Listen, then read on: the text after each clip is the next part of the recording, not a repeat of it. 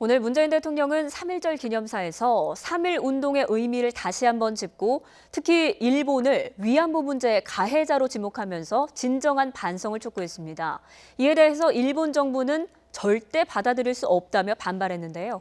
이 내용을 비롯한 전국 현안, 배종호 세안대 교수, 김우석 미래전략개발연구소 부소장과 함께 짚어보겠습니다. 두 분 안녕하세요. 안녕하십니까.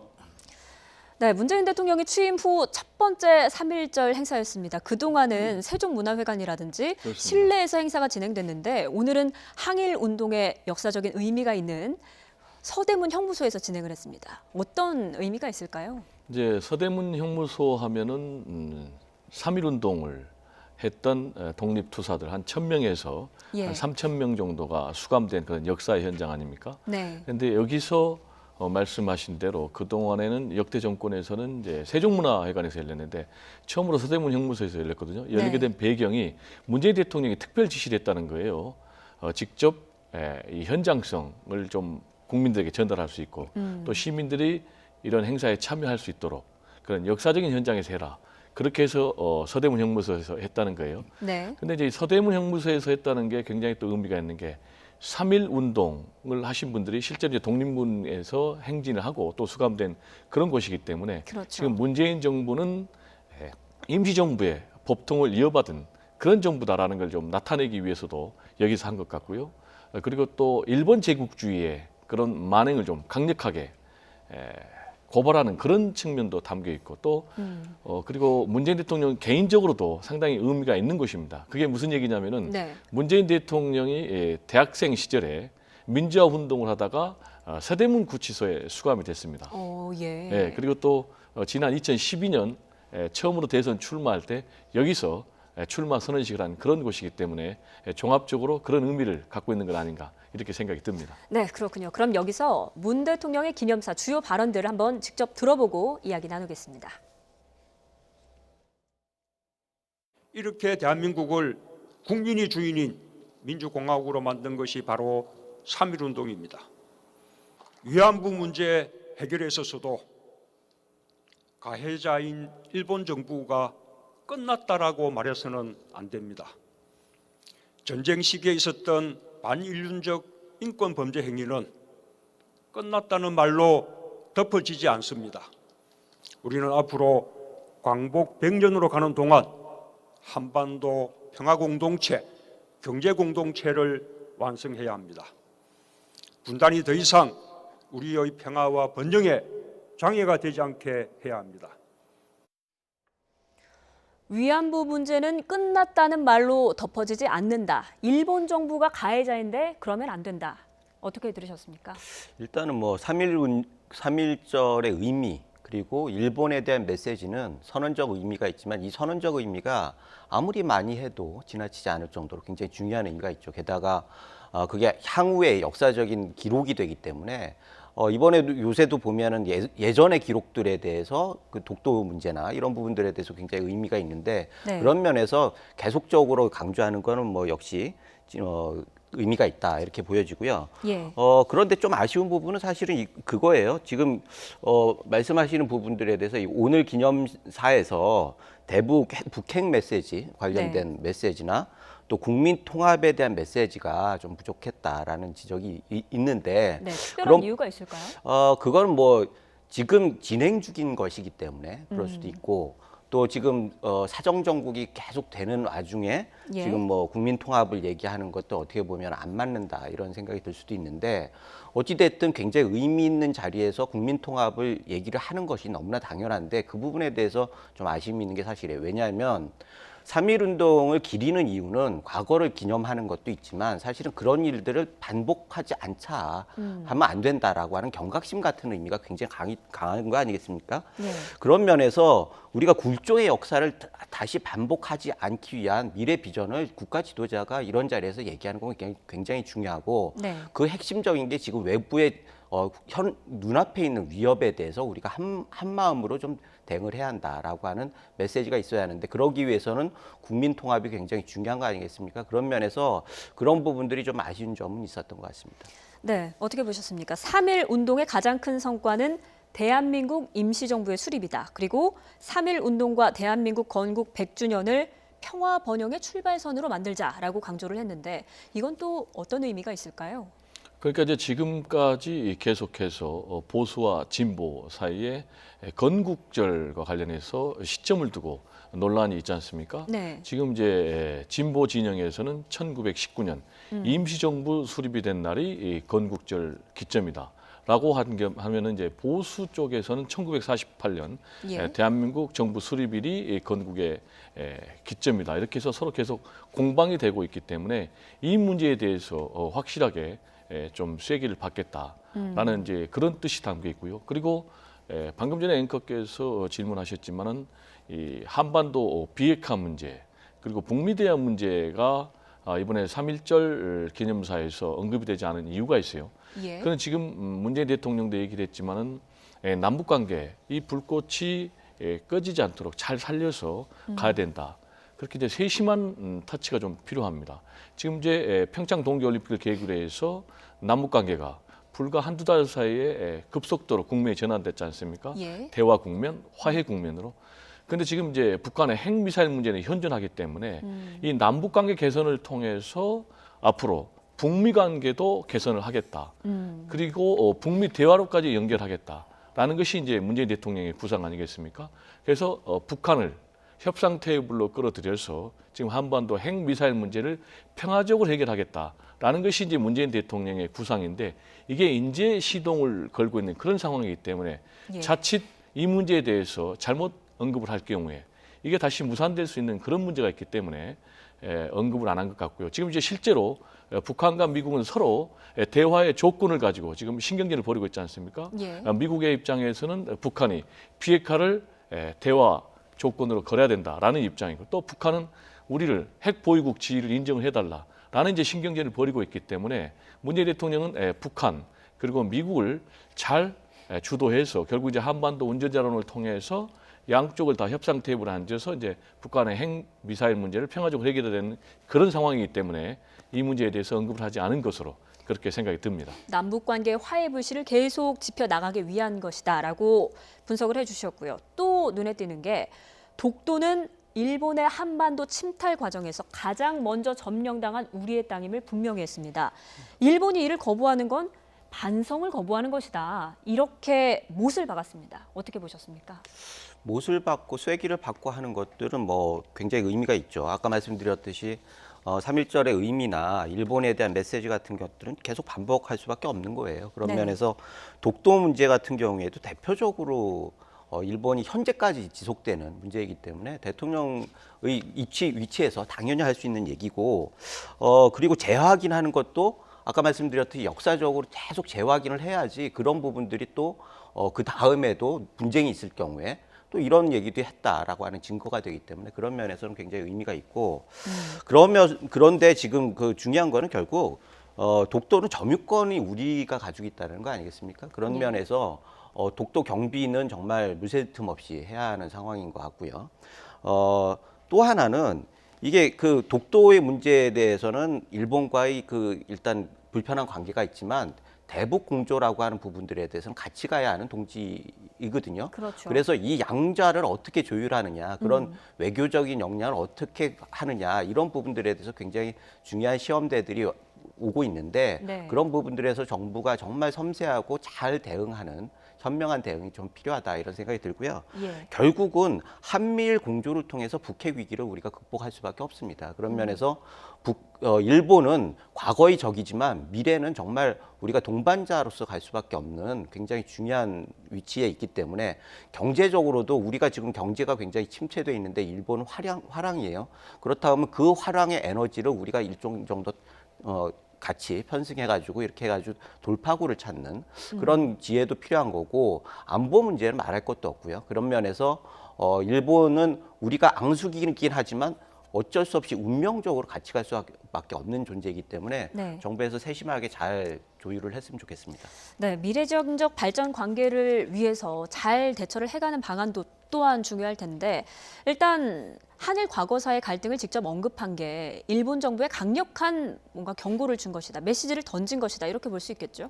네, 그렇습니다. 지금 일본 정부에 대해서 문재인 대통령이 위안부 문제, 그리고 독도 문제를 가지고 강력하게 질타를 어떻게 보면 한 거거든요. 네. 그래서 일각에서는 역사 전쟁이다라고까지 지금 평가를 하는데 지금 문재인 대통령께서 왜 이렇게 일본에 대해서 강력하게 지적을 했냐면 그 배경 중에 하나가 아까 말씀하셨지만 이제 한미일 공조를 통해서 북한의 핵미사일 문제를 잘 해결되는 이제 그런 문제도 있고 일본은 또 가깝고도 먼 나라긴 하지만 결국 이제 우리가 장기적으로는 미래지향적으로 함께 가야 될 그런 나라이긴 하지만은 네. 최근에 일본의 태도를 보면은 우리 남북 관계가 화해 국면으로 가는 것에 대해서 계속해서 어깃장을 놓는 그런 상황이거든요. 또 지난번에 아베 총리가 평창에 와서 앞으로 한미 연합 군사 훈련을 재개해야 된다 이런 얘기까지 했거든요. 네. 사실 이거는 내정 간섭이거든요. 그래서 이제 문재인 대통령이 강력하게 이거는 우리의 주권의 문제다라고 얘기를 했는데 이런 부분과 관련해서 문재인 대통령이 일본에 대해서 따끔하게 일침을 가한 것이고요. 또 그리고 이제 독도 문제에 대해서 3.1절 기념사를 통해서 언급한 것은 11년 만입니다. 네. 지난번 노무현 대통령 시절에 언급한 이후에 이제 문재인 대통령이 다시 이 독도 문제를 일본에서 따끔하게 지적을 했지 않습니까?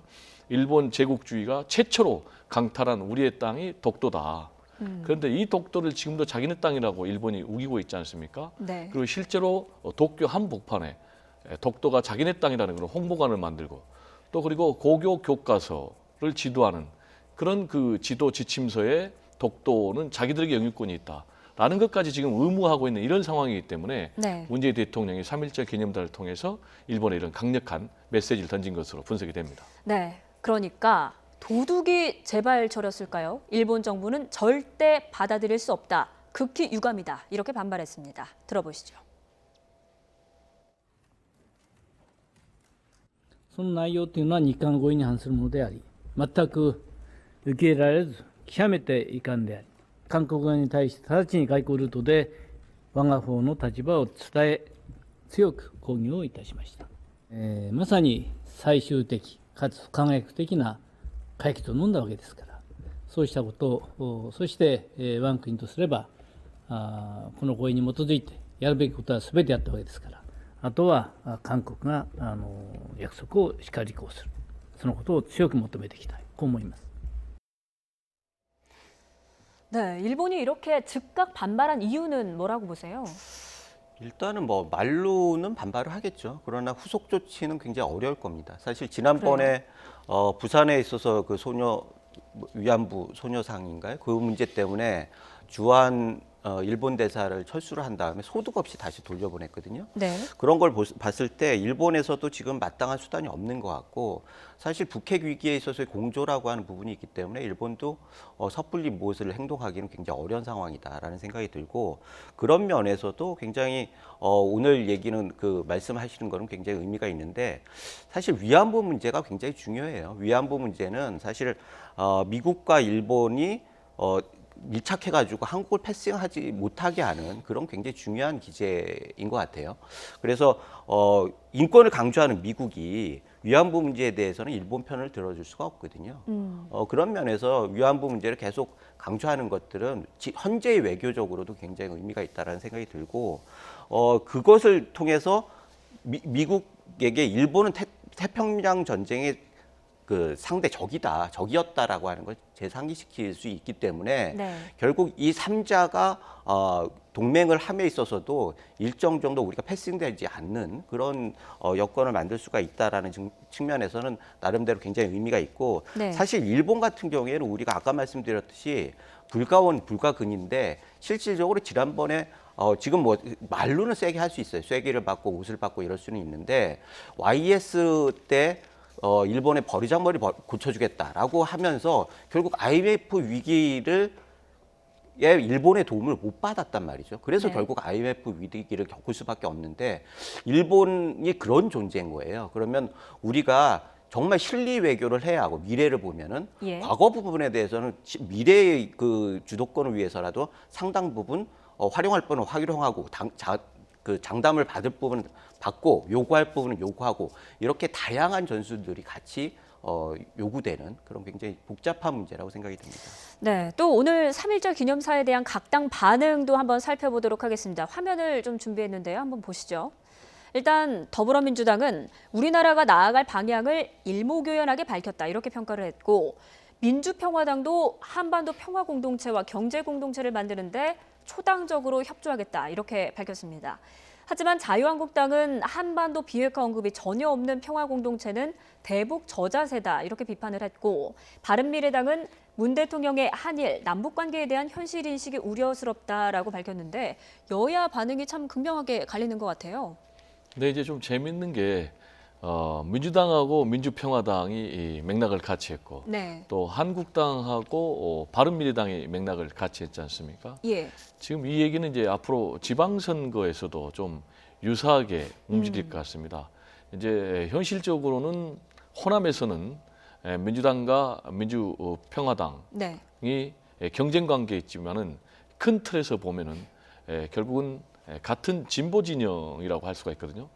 그래서 제가 볼 때는 지방선거 이후에 정계 개편까지 내다보는 그리고 이제 또 민주평화당 같은 경우는 호남의 유권자를 의식해야 되기 때문에 현실적으로 민주당 그리고 DJ 햇볕 정책과 어긋나는 그런 행보를 할 수가 없거든요. 예. 그런 점에서 이제 문재인 대통령이 주장하는 평화 공동체, 경제 공동체에 대해서 지지 또 초당적 협조를 할 수밖에 없는 이제 그런 상황이에요. 또 이제 재밌는 것은 이제 바른미래당이 우리는 자유한국당과 절대 같이 할 수 없다라고 얘기하지만은 지금 현실적으로 정가에서는 계속해서 바른미래당하고 한국당하고 선거연대 얘기가 나오고 있거든요. 그렇죠. 그럼 이제 그 선거연대의 고리가 그 고리 중에 하나가 지금 안보 논리거든요. 네. 그런 측면에서 제가 볼 때는 지금 바른미래당 그리고 또 한국당이 맥락을 같이 하는 것으로 그렇게 분석이 됩니다. 네, 지금 말씀하신 것처럼 양당이 공개적으로 손을 잡는 게 아니라 좀 묵시적인 연대론, 그러니까 서울시장에 안철수 후보가 나오면 안철수 대표가 후보로 나오면 바른미래당 자유한국당에서는 서울시장에 뭐 후보를 안 낸다든지 뭐 이런 방안도 이야기가 나오고 있거든요. 이것도 가능성이 있다고 보시는 거예요? 이제 저는 굉장히 가능성이 높다고 봅니다. 예. 묵시적 연대론도 결국 이제 그 가능성을 전제에 두고 하는 얘기입니다.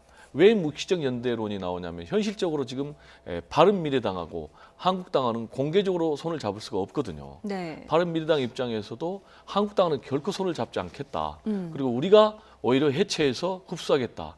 이런 입장이고 그리고 또 한국당에서도 우리가 흡수하겠다. 이런 입장이기 때문에 두 당이 공개적으로 손을 잡을 수가 없고 특히 이제 안철수 대표 같은 경우는 보수는 아니고 본인이 계속해서 지금 중도 노선을 걷겠다고 하고 있기 때문에 공개적으로 연대를 할 수 없습니다. 그러나 현실적으로 6월 지방선거를 앞두고 예. 지금 바른미래당이 광역단체장 17군데 마땅한 후보가 없습니다. 그런 상황에서 안철수 후보의 정치적인 미래를 생각해 보면 이기든 지든 서울시장 선거에 승부를 두는 것이 플러스다라는 계산이 이미 나온 것 같습니다. 그리고 안철수 전 대표 입장에서도 예. 당에서 필요로 한다면은 나는 나가겠다라는 입장을 이미 밝혔고, 그렇죠. 근데 당에서 공개적으로 필요하다라고 했기 때문에 제가 볼 때는 안철수 전 대표가 서울시장 선거에 나갈 가능성이 매우 높다.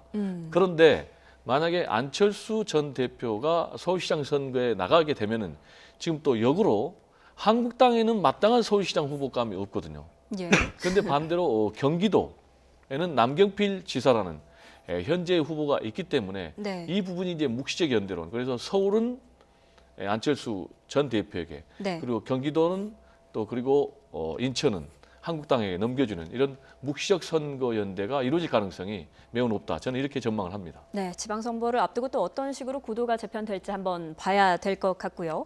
또 자유한국당에서는 이은재 의원의 이른바 겐세이 발언이 오늘까지도 두고두고 회자되고 있는 것 같습니다. 일단 이 겐세이가 당구 용어잖아요. 저도 당구장에서 많이 썼던 것 같아요. 그런데 현실적으로 평소에는 쓸 일이 없거든요. 그런데 네. 국회에서 저런 얘기를 한다라고 하는 건 사실 뭐 일반적으로 이해하기가 힘들고 일본 사람들이 3.1절이 돼서 얘긴데 예. 일본 사람들이 보기에 한국 정치를 얼마나 우습게 알겠습니까? 그래서 이거는 여야의 문제가 아니라 서로 그런 얘기가 있어도 이런 것들을 논쟁 삼는다는 게 한국 정치가 가지고 있는 후진성을 그대로 보여주는 것 같아요. 그런 면에서 이런 논쟁이 계속되고 있는 이 정치권을 어떻게 해야 할지 고민을 할 수밖에 없는데 어찌됐든 이런 논의가 있었으니까 결국 그 일반적으로 그 우리 정치를 하는 국회의원들이 가지고 있는 소양에 대해서 우리가 좀 잘 생각해야 하고, 이번 선거가 있으니까 선거 때도 그런 소양을 좀 걸러낼 수 있는 그런 것들이 좀 필요하다, 그런 생각이 들고, 추가로 하나 말씀드리자면은 아까 그 지금 선거연대, 묵시적 연대를 말씀하셨는데, 제가 보기에는 그건 바른미래당에서 바라는 바일 거예요. 그러나 자유한국당 입장에서는 전국 선거에서 얼굴이 되는 후보를 내지 못한다는 게 말이 되겠습니까? 현실적으로 말이 안 돼요. 그리고 명분적으로도 말이 안 돼요. 그렇다고 하면은 결국 다음 집권 가능성을 포기한다라고 하는 의미인데, 그거는 두고두고 굉장히 어려운 상황으로 갈 수밖에 없거든요. 네. 그런 면에서 호사가들은 얘기들을 많이 할 것 같은데 현실화되기는 굉장히 어렵다, 그렇게 저는 생각을 하고, 결국 이런 것들이 문제가 되는 게 야당이 가지고 있는 인물난이에요. 예. 매 선거 전장에서 영웅이 나오는 거 아니겠습니까? 그런데 전장에서 영웅을 기르지를 못한다라고 하면은 그 인물난은 계속 반복될 수밖에 없어요. 네. 그렇다고 하면은 지금 인물난에 허덕이는 야당이 과연 어디서 임무를 충원할 수 있을까라고 하는 부분들이 현실적인 문제거든요. 예. 그런 면에 있어서도 자유한국당에서 후보를 내지 않는다, 서울시장 후보를 내지 않는다, 그거는 만약 그렇다고 하면은 현 지도부는 거기에 대해서 정말 책임 있는 변명을 해야 할 겁니다. 조금 더 일단 지방선거에 대해서는 자유한국당이 과연 후보를 낼지 아니면 연대를 할지 좀 두고 봐야 될 것 같고요. 또 이번 논란이 또 다른 파장을 또 낳고 있다고 하더라고요. 장제원 한국당 수석 대변인이 자신의 페이스북에 올린 글이 있습니다. 화면으로 준비했는데요. 보시죠. 박범계 민주당 의원도 상임위에서 겐세이라는 말을 썼다, 이렇게 지적을 했고요. 이에 대해서 박범계 수석 대변인이 반박을 또 했습니다. 격이 다르다. 그러니까 나는 그 앞에 소위를 붙이고 권성동 의원의 자세를 지적한 발언이다, 이렇게 반박을 했는데요. 결국 더불어민주당, 자유한국당 수석 대변인들의 설전으로까지 번졌습니다. 이제 이은재 의원의 그 겐세이 발언으로 계속 파장을 낳는데요. 예. 사실 겐세이 발언 하나 가지고 문제를 삼을 수는 뭐 있을 수도 있지만은 뭐 그렇게 확대해서 문제를 삼을 수는 없다고 보는데, 이은재 의원이 이 겐세이 발언만 한 게 아니고 당시에 이제 유성엽 교문위원장이 사회를 보면서 끼어들었다고 그래가지고 네. 깽판을 놓느냐 또 겐세이를 놓느냐 이렇게 굉장히 막말을 했거든요. 그러니까 이제 유성엽 위원장이 3.1절을 하루 앞두고 겐세이란 말을 쓸 수가 있느냐. 겐세이란 말은 내가 청소년 시절에 당구장에서나 들어본 얘기다 라고 하니까 이 부분에 대해서 이은재 의원이 이제 정식 사과를 했어요. 예. 근데 또 홍준표 대표가 이걸 옹호하고 나섰는데, 제가 볼 때는 말이라는 것은 그 사람의 인격을 나타내는 거 아니겠습니까? 네. 정신을 나타내고 품격을 나타내는데, 제가 볼 때는 이걸 홍준표 대표도 보니까 전에 또 겐세이란 말을 썼더라고요. 그런데 이 발언을 옹호하고 나설 그런 문제는 아닌 것 같고요. 차제에 우리 이 정치 지도자들도 좀 말을 가려가면서 좀 품격 있게 했으면 좋겠습니다. 네, 말씀하신 것처럼 홍준표 대표 오늘 또 자신의 페이스북에 이은재 의원의 겐세이 발언 비난이 어이가 없다라면서 말꼬리만 잡아서 본질을 흐리기 위한 술책이다, 이렇게 말을 했는데, 여기에 대해서는 어떻게 보셨습니까? 말꼬리 잡는 건 맞는 것 같습니다. 네. 사실은 지금 그 박범계 의원도 예전에 그 어록을 보면은 굉장히 그 논란이 많았어요. 그런 면에 있어서 당사자들도 문제고, 지금 이게 대변인 간에 설전이 되기도 하고 또 나와가지고 대표까지 가요. 결국 말씀하신 대로 우리 배 교수님 말씀하신 대로 정치는 말로 하는 겁니다. 정치의 품격은 그 정치권이 가지고 있는 말의 품격과 같이 가는 거예요. 그런 면에 있어서 우리 정치가 말이 저렇게 험해지는 게 과연 우리 정치가 계속 국민으로부터 불신받는 것과 관계가 없느냐라고 하는 부분들에 대해서 진짜 이분들이 정말 정치에 책임 있는 분들 아니겠습니까? 국회의원도 그렇고 대변인도 그렇고, 대변인은 그야말로 말로 하는 거고 네. 대표는 말할 것도 없죠.